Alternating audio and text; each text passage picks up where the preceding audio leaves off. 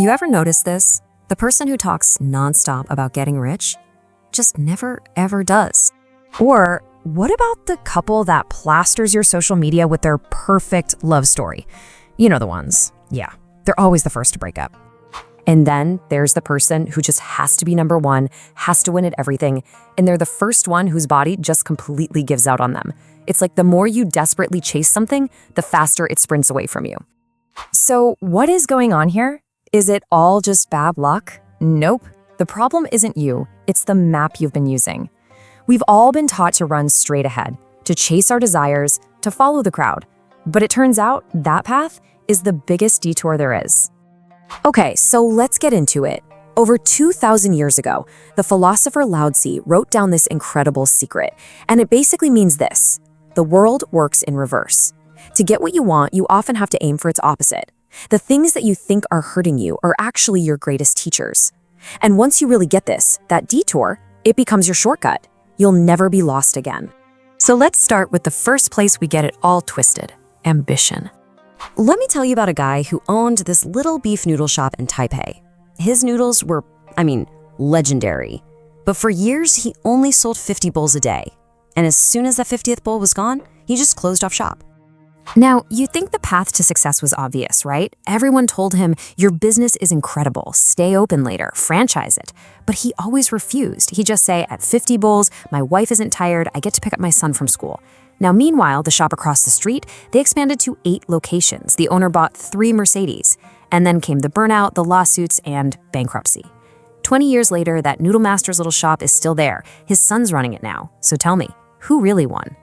This brings us to our first hidden rule, the law of balance. Every single gain comes with a hidden cost. You work those extra hours for a bigger paycheck, but you lose out on dinners with your family. You buy a bigger house, but you lose your peace of mind worrying about the mortgage. See, here's the secret. There is no such thing as a pure win. There are only trade-offs. And when you truly see that, things like jealousy and anxiety, they just lose their grip on you. But what happens when the world changes and those trade-offs shift? Well, that brings us to our next story. This one's about a 120-year-old pastry shop passed down through 4 generations. The 4th generation owner did something that made his loyal customers furious. He changed the sacred family recipe, swapping out the traditional lard for vegetable oil. And when people accused him of abandoning his roots, he said this: in my great-grandfather's time, lard was a top-grade oil. Now it's not. He wasn't really changing the recipe, he was adapting to the changing standard of what top grade even meant. And that just perfectly illustrates the second rule, the law of flow. We're all out here chasing stability, right? We think it's a destination, like a safe job or a fixed skill. But real stability isn't a state, it's a capability. It's not about being sure your company will never fire you. It's about knowing you can find work anywhere.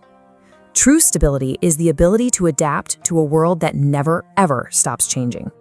Okay, next up, let's totally rethink our relationship with adversity, with conflict, with all the tough stuff. Back in the Han Dynasty, there was this minister named Ji-an who was, famously terrible at playing politics. While all the other officials were flattering the emperor, Ji-an did the exact opposite.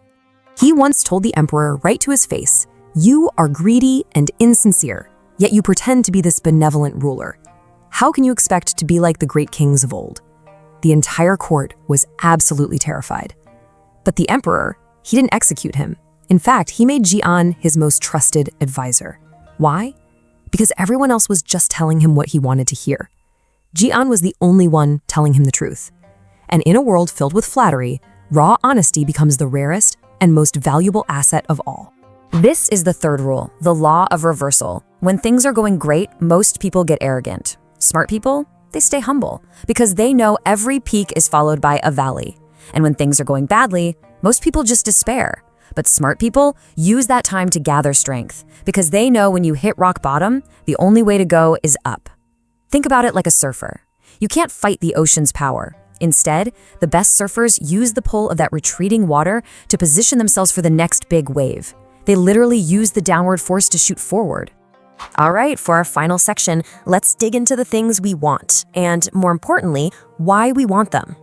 There's an old story about an emperor who stood by a river and asked a wise old monk, "How many ships pass here each day?" And the monk replied, Only two, one for fame and one for fortune. But there are other shifts. Let me tell you about a man named Du Ji-woo, a vegetable seller in a small town in Taiwan. He woke up at 2 a.m. every single day to buy produce, and he was done by noon. He never made much money, but every month he'd use whatever spare cash he had to buy books.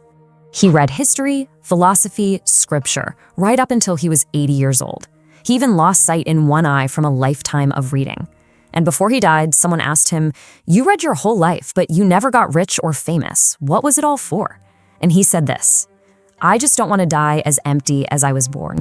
And this just reveals the fourth hidden rule so beautifully, the law of desire. The things you think you want, they're usually just symptoms of a much deeper need. You don't think you lack money. What you really lack is a sense of security.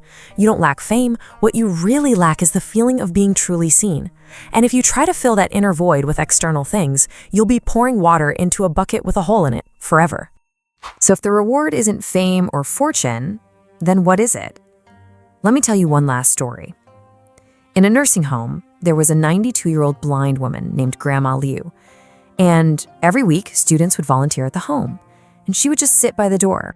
As each student walked by, she would gently touch their face. She did this for 15 years. The kids would graduate, they'd never come back, none of them even remembered her name, but she remembered touching their faces. So why did she do it? She said, "I've never been a grandma in this life. Let me pretend for a little while." Her act wasn't a transaction, and this is the law of connection. You give kindness not to get it back, but because you want to become the kind of person who gives it. The reward is in the act itself.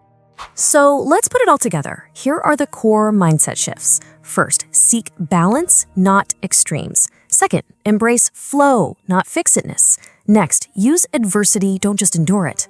Fourth, understand your perceptions aren't the whole story. Then, always dig for the root of your desire. And finally, give without ever expecting a return. The world might operate in reverse, but once you see how it works, it can no longer work against you. And that just leaves one final thought. Which one of these backward rules did you have to learn the hard way? Subscribe for daily wisdom.